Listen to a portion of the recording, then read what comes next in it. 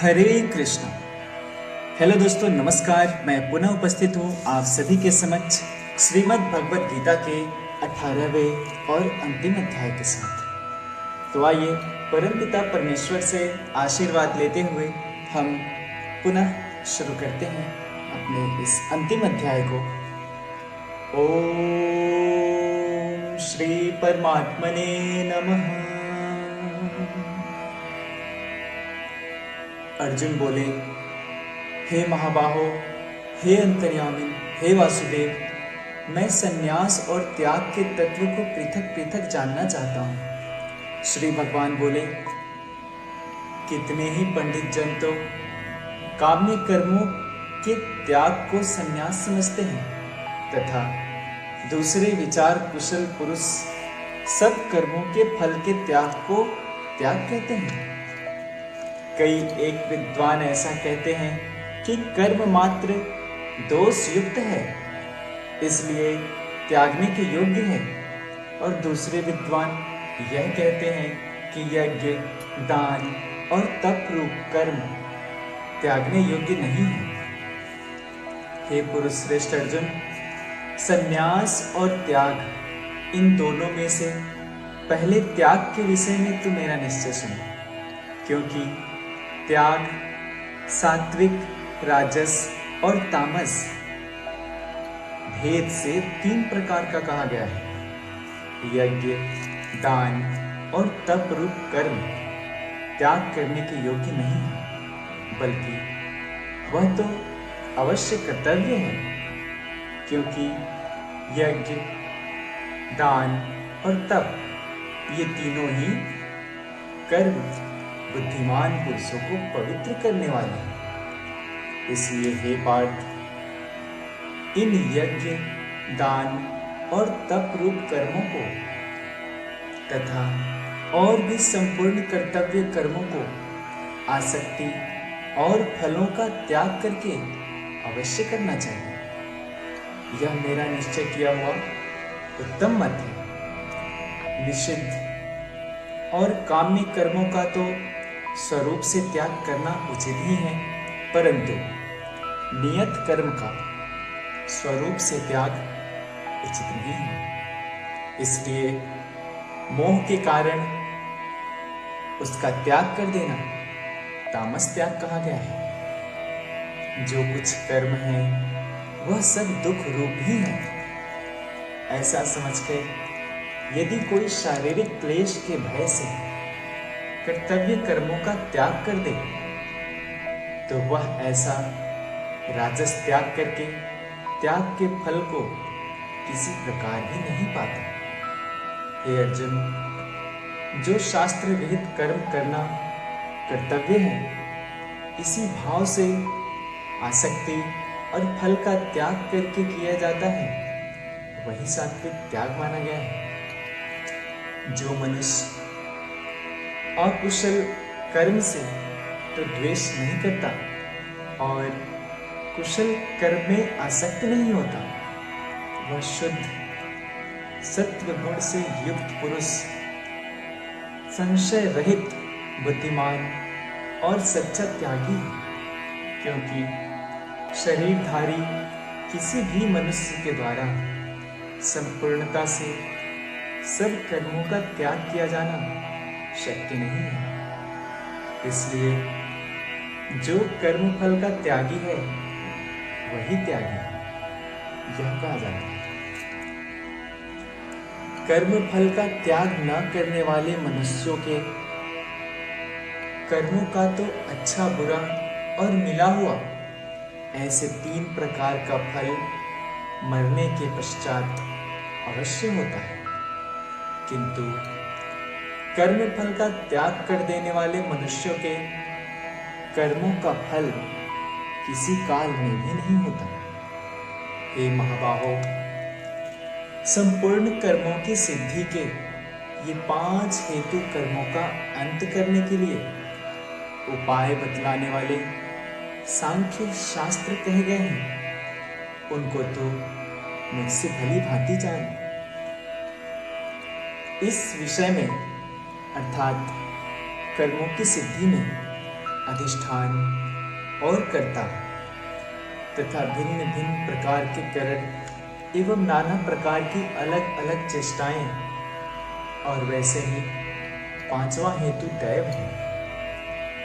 मनुष्य मन, वाणी और शरीर से शास्त्रानुकूल अथवा विपरीत जो कुछ भी कर्म करता है, उसके ये पांचों कारण हैं। परंतु ऐसा होने पर भी जो मनुष्य अशुद्ध बुद्धि होने के कारण उस विषय में यानी कर्मों के होने में केवल शुद्ध स्वरूप आत्मा को कर्ता समझता है, वह मलिन बुद्धि वाला अज्ञानी यथार्थ नहीं समझता।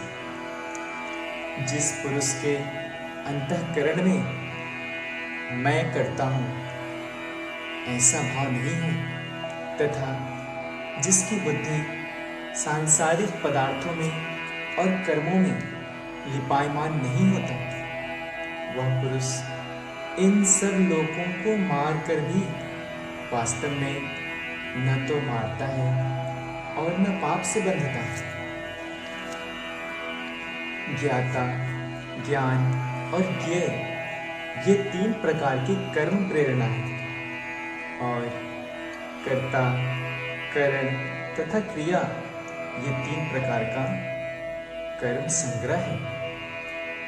गुणों की संख्या करने वाले शास्त्र में ज्ञान और कर्म तथा कर्ता जिस ज्ञान से मनुष्य पृथक पृथक सब भूतों में एक अविनाशी परमात्मा भाव को विभाग रहित समभाव से स्थित देखता है, उस ज्ञान को तो सात्विक जान। किंतु जो ज्ञान अर्थात जिस ज्ञान के द्वारा मनुष्य संपूर्ण भूतों में भिन्न भिन्न प्रकार के नाना भावों को अलग अलग जानता है, उस ज्ञान को तू राजस जान।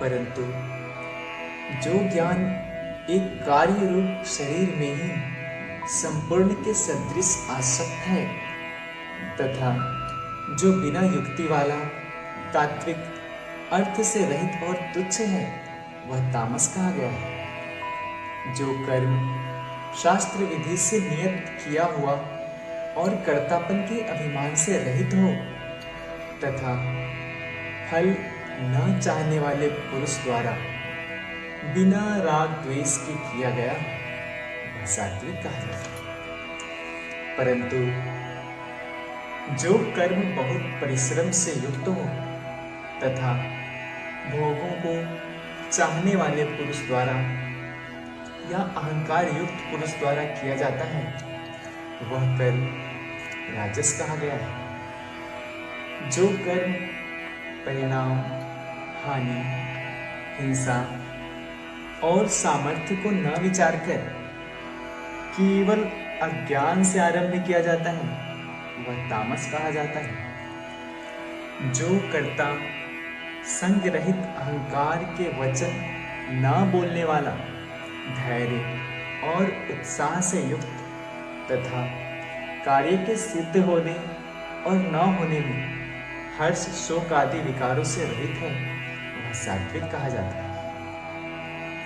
जो कर्ता आसक्ति से युक्त कर्मों के फल को चाहने वाला और लोभी है तथा दूसरों को कष्ट देने के स्वभाव वाला अशुद्ध आचारी और हर्ष, शोक से लिप्त है, वह राजस कहा गया है। जो कर्ता अयुक्त शिक्षा से रहित, घमंडी, धूर्त और दूसरों की जीविका का नाश करने वाला और शोक करने वाला, आलसी और दीर्घसूत्री ऐसा है, वह तामस कहा जाता है। हे धनंजय, अब तो बुद्धि का और धृति का भी गुणों के अनुसार 3 प्रकार का भेद मेरे द्वारा संपूर्णता से विभाग पूर्वक कहा जाने वाला सुन। हे पार्थ, जो बुद्धि प्रवृत्ति मार्ग और निवृत्ति मार्ग को, कर्तव्य और अकर्तव्य को, भय और अभय को तथा बंधन और मोक्ष को यथार्थ जानती है, वह बुद्धि सात्विकी है। हे पार्थ, मनुष्य जिस बुद्धि के द्वारा धर्म और अधर्म को तथा कर्तव्य और अकर्तव्य को भी यथार्थ नहीं जानता, वह बुद्धि राजसी है। हे अर्जुन, जो तमोगुण से घिरी हुई बुद्धि अधर्म को भी यह धर्म है ऐसा मान लेती है तथा इसी प्रकार अन्य संपूर्ण पदार्थों को भी विपरीत मान लेती है, वह बुद्धि तामसी है। हे पार्थ, जिस अव्यभिचारिणी धारण शक्ति से मनुष्य ध्यान योग के द्वारा मन, प्राण और इंद्रियों की क्रियाओं को धारण करता है, वह धृति सात्विकी है।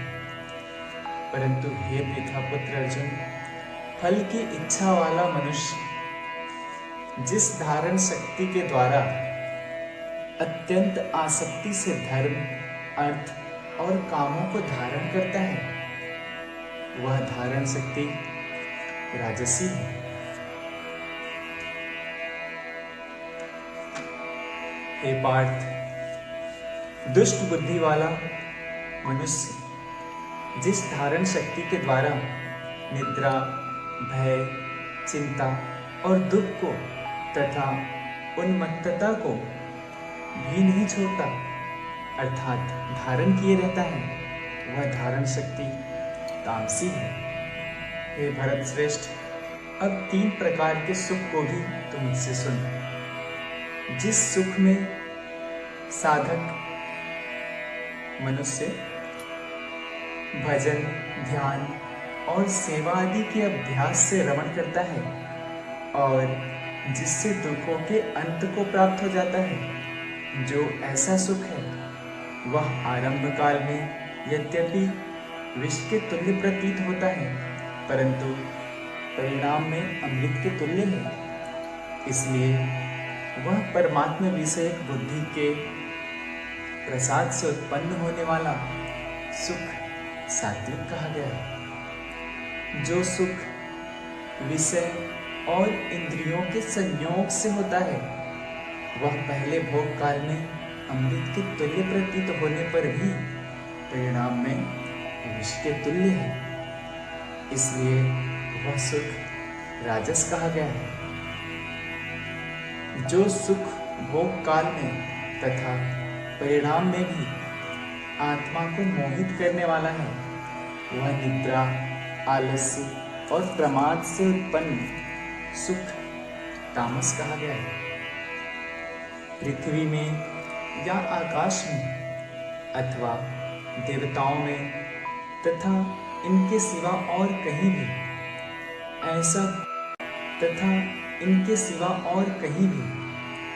ऐसा कोई भी सत्व नहीं है जो प्रकृति से उत्पन्न इन तीनों गुणों से रहित हो।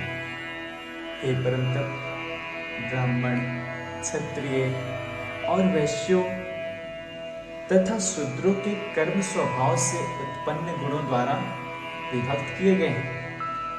अंतःकरण का निग्रह करना, इंद्रियों का दमन करना, धर्म पालन के लिए कष्ट सहना, बाहर भीतर से शुद्ध रहना, दूसरों के अपराधों को क्षमा करना, मन, इंद्रिय और शरीर को सरल रखना, वेद, शास्त्र, ईश्वर और परलोक आदि में श्रद्धा रखना, वेद शास्त्रों का अध्ययन अध्यापन करना और परमात्मा के तत्व का अनुभव करना, ये सब के सब ही ब्राह्मण के स्वाभाविक कर्म हैं।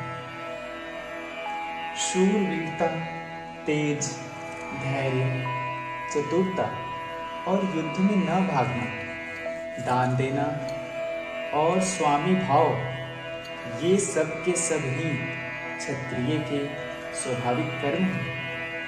खेती, गोपालन और क्रय विक्रय रूप सत्य व्यवहार ये वैश्य के स्वाभाविक कर्म हैं तथा सब वर्णों की सेवा करना शूद्र का भी स्वाभाविक कर्म है। अपने अपने स्वाभाविक कर्मों में तत्परता से लगा हुआ मनुष्य भगवत प्राप्ति रूप परम सिद्धि को प्राप्त हो जाता है। अपने स्वाभाविक कर्म में लगा हुआ मनुष्य जिस प्रकार से कर्म करके परम सिद्धि को प्राप्त होता है उस विधि को तो सुन। जिस परमेश्वर से संपूर्ण प्राणियों की उत्पत्ति हुई है और जिससे यह समस्त जगत व्याप्त है, उस परमेश्वर की अपने स्वाभाविक कर्मों द्वारा पूजा करके मनुष्य परम सिद्धि को प्राप्त हो जाता है। अच्छी प्रकार आचरण किए हुए दूसरे के धर्म से गुण रहित भी अपना धर्म श्रेष्ठ है, क्योंकि स्वभाव से नियत किए हुए स्वधर्म रूप कर्म को करता हुआ मनुष्य पाप को नहीं प्राप्त होता। अतएव हे कुंती पुत्र, दोष युक्त होने पर भी सहज कर्म को नहीं त्यागना चाहिए, क्योंकि धुएं से अग्नि की भांति सभी कर्म किसी न किसी दोष से युक्त है।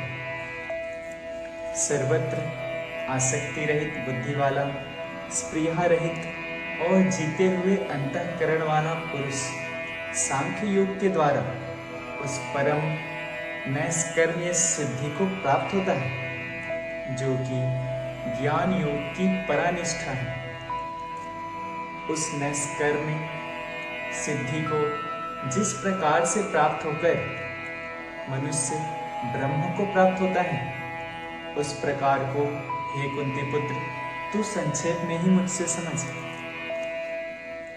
विशुद्ध बुद्धि से युक्त तथा हल्का सात्विक और नियमित भोजन करने वाला, शब्द आदि विषयों का त्याग करके एकांत और शुद्ध देश का सेवन करने वाला, सात्विक धारण शक्ति के द्वारा अंतःकरण और इंद्रियों का संयम करके मन, वाणी और शरीर को वश में कर लेने वाला, राग द्वेष को सर्वथा नष्ट करके भली भांति दृढ़ वैराग्य का आश्रय लेने वाला तथा अहंकार, बल, घमंड, काम, क्रोध और परिग्रह का त्याग करके निरंतर ध्यान योग के परायण रहने वाला, ममता रहित और शांति युक्त पुरुष सच्चिदानंद घन ब्रह्म में अभिन्न भाव से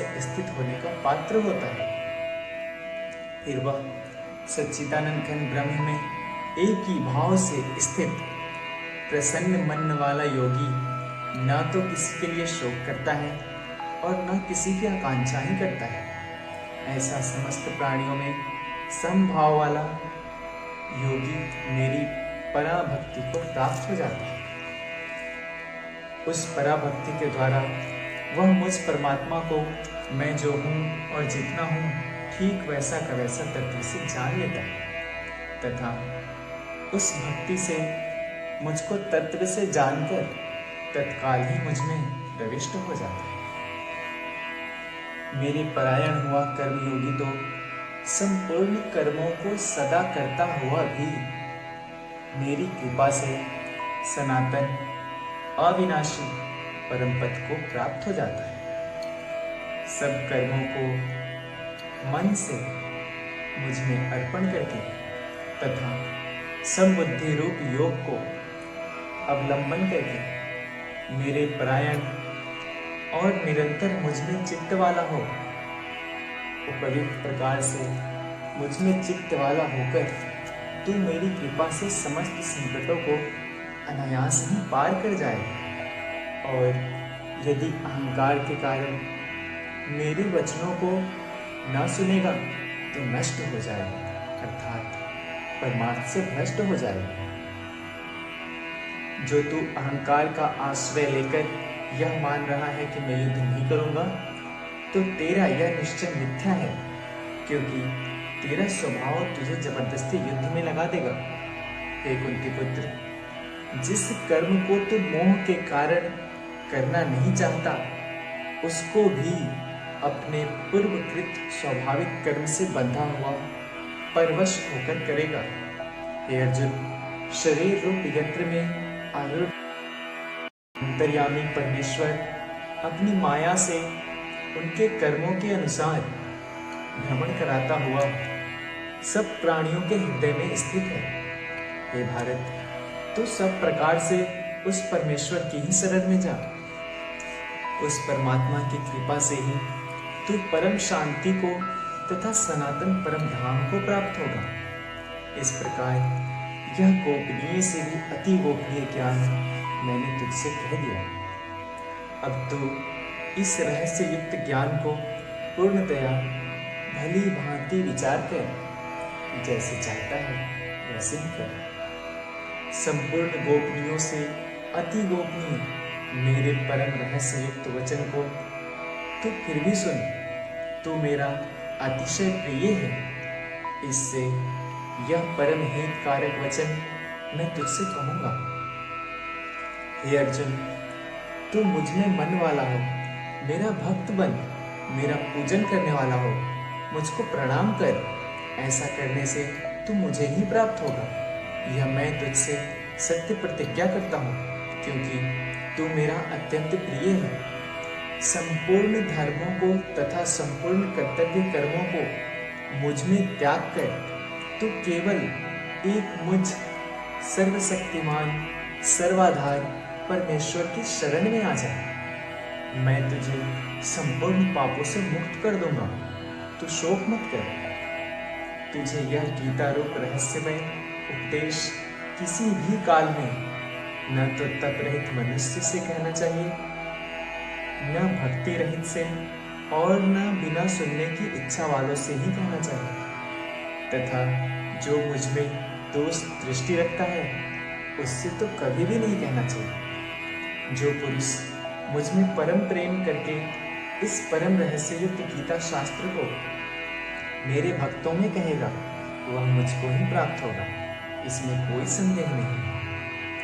उससे बढ़कर मेरा प्रिय कार्य करने वाला मनुष्यों में कोई भी नहीं है, तथा पृथ्वी भर में उससे बढ़कर मेरा प्रिय दूसरा कोई भविष्य में होगा भी नहीं। जो पुरुष इस धर्म में हम दोनों के संवाद स्वरूप गीता शास्त्र को पढ़ेगा, उसके द्वारा भी मैं ज्ञान यज्ञ से पूजित होऊंगा, ऐसा मेरा मत है। जो मनुष्य श्रद्धा युक्त और दोष दृष्टि से रहित होकर इस गीता शास्त्र का श्रवण भी करेगा, वह भी पापों से मुक्त होकर उत्तम कर्म करने वालों के श्रेष्ठ लोकों को प्राप्त होगा।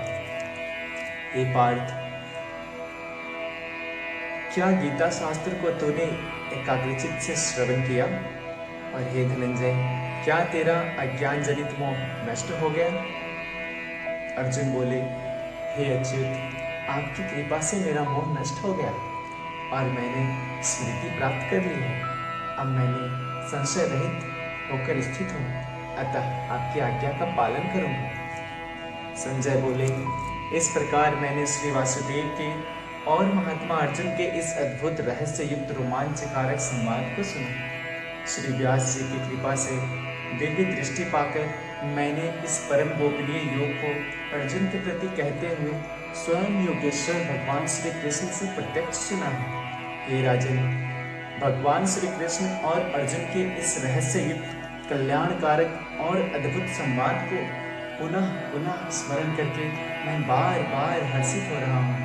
हे राजन, श्री हरि के अत्यंत विलक्षण रूप को भी पुनः पुनः स्मरण करके मेरे चित्त में महान आश्चर्य होता है और मैं बार बार हर्षित हो रहा हूँ।